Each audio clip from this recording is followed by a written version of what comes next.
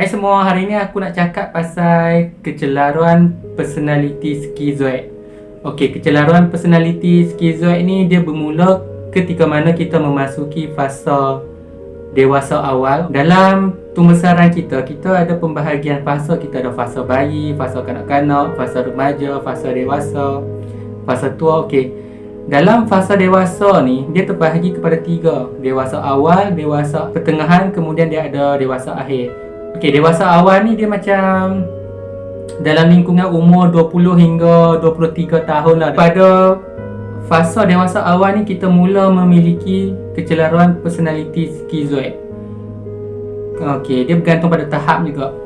Okey, sebenarnya dia adalah satu permulaan di mana kita sedang mengalami proses kematangan fikiran. Okey, by the way aku nak cakap kat sini, kematangan ni dia terbahagi kepada 2. Pertama dia ada kematangan pemikiran, kedua dia ada kematangan fizikal. Kematangan fizikal ni macam kita tumbuh misai, bagi orang lelaki kan, tumbuh misai, naik hakum, tumbuh bulu, kemaluan, dan orang perempuan pula start datang haid dan sebagainya. Itu kematangan fizikal. Kematangan pemikiran ni pula seseorang yang boleh membuat satu keputusan yang orang panggil lebih baik, bergantung pada keadaan dan kesesuaian. Okey, itu maksud dia orang kematangan, orang yang mempunyai fikiran yang matang. Jadi orang yang matang fizikal tidak semestinya matang akal, dan orang yang matang akal tidak semestinya matang fizikal. Dia bergantung pada pengalaman yang kita lalui dan ilmu yang kita miliki, berapa banyak ilmu yang kita belajar dan kita experience. Okey, orang yang memiliki kecelaruan personality skizoid ni dia mempunyai sikap di mana dia tidak mahu mempunyai hubungan yang rapat dengan orang lain.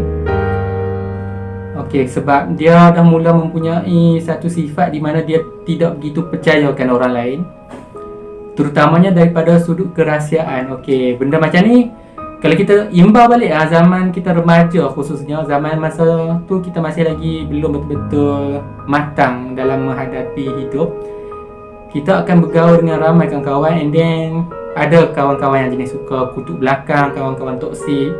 Ada yang jenis kawan bila kita share kat dia satu cerita yang kita harapkan dia boleh simpan rahsia tu, tapi dia disebarkan pada orang lain.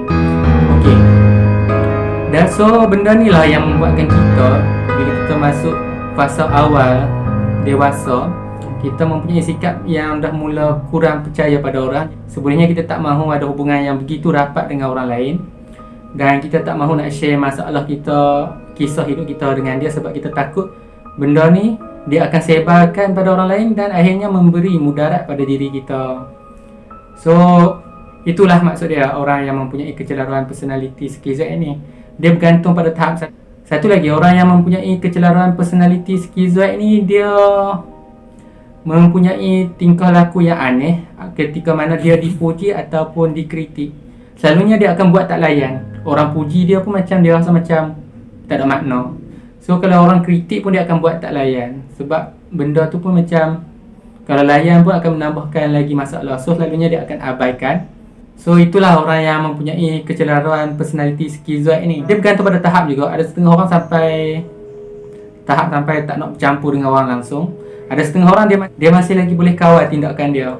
Dia mempunyai juga kecelaruan personality skizoid tu, tapi dia masih lagi dalam tahap normal. So dia masih lagi bercampur dengan orang, dia masih lagi cerita masalah dia dengan orang pada bahagian-bahagian yang tertentu saja, tapi tak begitu detail. Okey, macam tu.